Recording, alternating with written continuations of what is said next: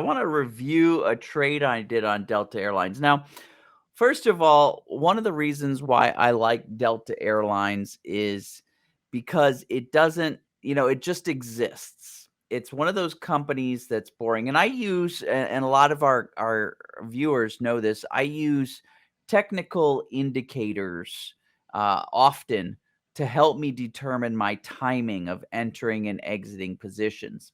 And one thing folks need to know is that when you use technical indicators, you have to make sure that the company that you're trading on or the exchange traded fund, the sector, whatever it is that you're trading on, it can't be in the mainstream media, right? Because if it's on like ABC, NBC, CBS, BBC, if it's on those mainstream media and it's getting people like the everyday Joe interested in that symbol, your technicals, which are mathematical formulas that are looking for patterns to repeat themselves, you might as well throw them out the window. And that's because as soon as you get like the Main Street everyday Joe investing or buying and selling in a symbol, it creates what we call a transient, that means temporary, external, that means it's not the usual players, stochastic, which means off the rails, shock. Shock is shocking. So, when you get the average Joe involved and excited about either buying or selling, it creates a transient external stochastic shock and it blows your technicals out the window. So, you want to make sure and double check that this is not a company like right now, Tesla. You don't want to be using technicals to be trading Tesla, right? Elon Musk is out there saying that if you don't show up at the workplace, I'm going to fire you, right? So he's in the news, not to mention he's in the news for Twitter. He's in the news for Neuralink. He's in the news. He likes to be in the news. And that means that most of his companies are off limits for technical traders. If you can find other ways to generate timing signals, great. But technical indicators are not your friend when something is in the news. So I like Delta Airlines because it's rarely in the news. Maybe a customer gets upset about wearing a mask, which is no longer even an issue, really. So, for the most part, Delta Airline just exists. And those are the symbols I like to trade. And so we have featured Delta Airlines in the past. I just wanted to feature a trade I did just over the last couple of months. And so I wanted to show you guys, here's my little trade worksheet that keeps track of this.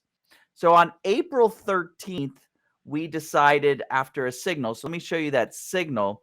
So on April 13th, we got this little signal here. I'm using what's called the fee. So the MACD was generated by the Appel guys, right? Their last name is Appel. And since then, they've been playing with other combinations of the EMA crossings and the signal line. And so this is called the fast MACD. It's the 619.3. And that's versus the standard MACD, which is the 1226.9.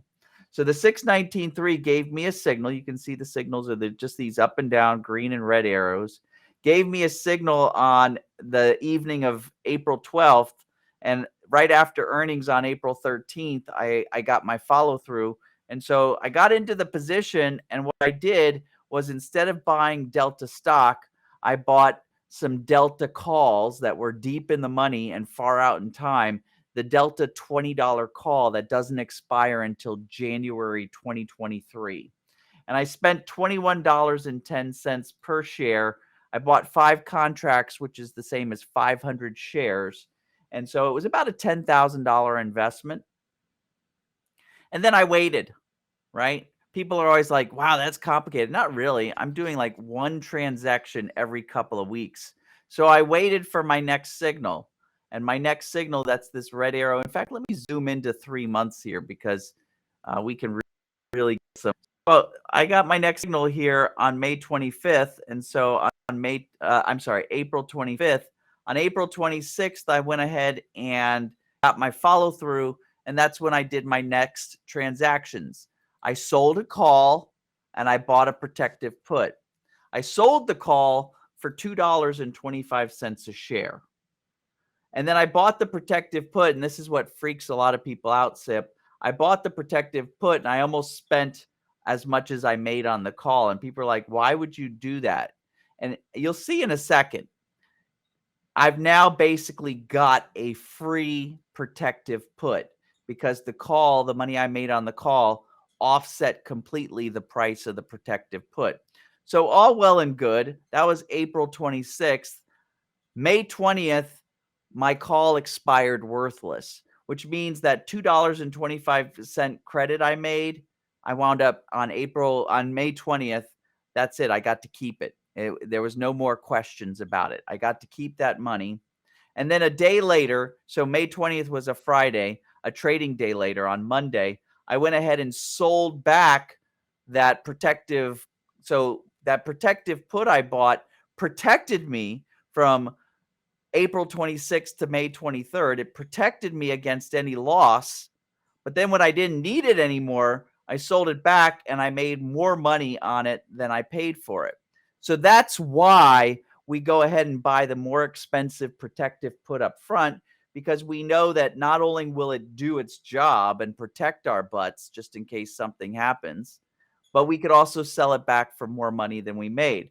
So that's exactly the whole idea. When all was said and done, we started out with a cost basis of about $21.11. That's after you factor in my commissions. $21.11, and we dropped it all the way down to $18.44 just in one cycle. Now, I still own this back month option. And so I'm looking for the next to go ahead and sell that put, and I'm just waiting for another top. I did get a signal, but I never really got the follow through I was looking for on that signal, or the price I was looking for, and that signal reversed itself. So I'm just being patient, and the next time I get a nice higher move, probably up here around $44, I'll do the same thing over and over, and I'm just basically creating this monthly income.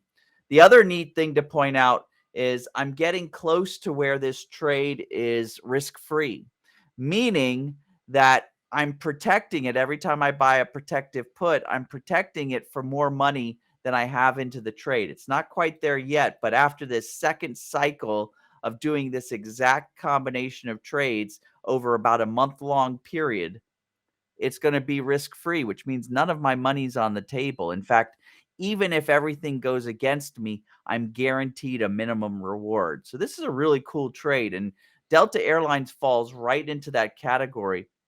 One other thing, Sip, to say about Delta Airlines is around liquidity. People are always asking me, how do you know if there's enough options for me to trade?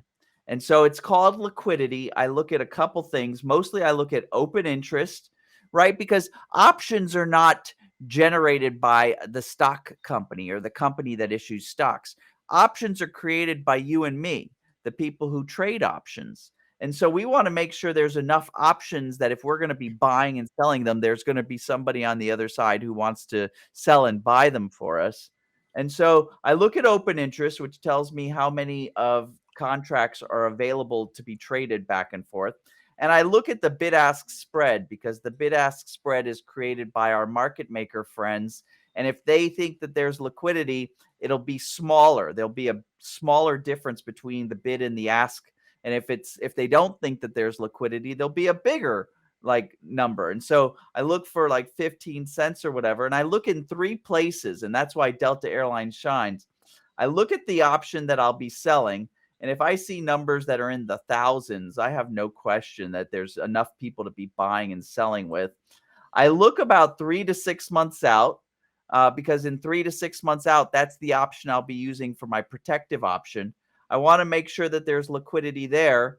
And I look at the option, if I'm going to do like I did on Delta, I'm going to substitute an option for a stock. I make sure that there's liquidity there.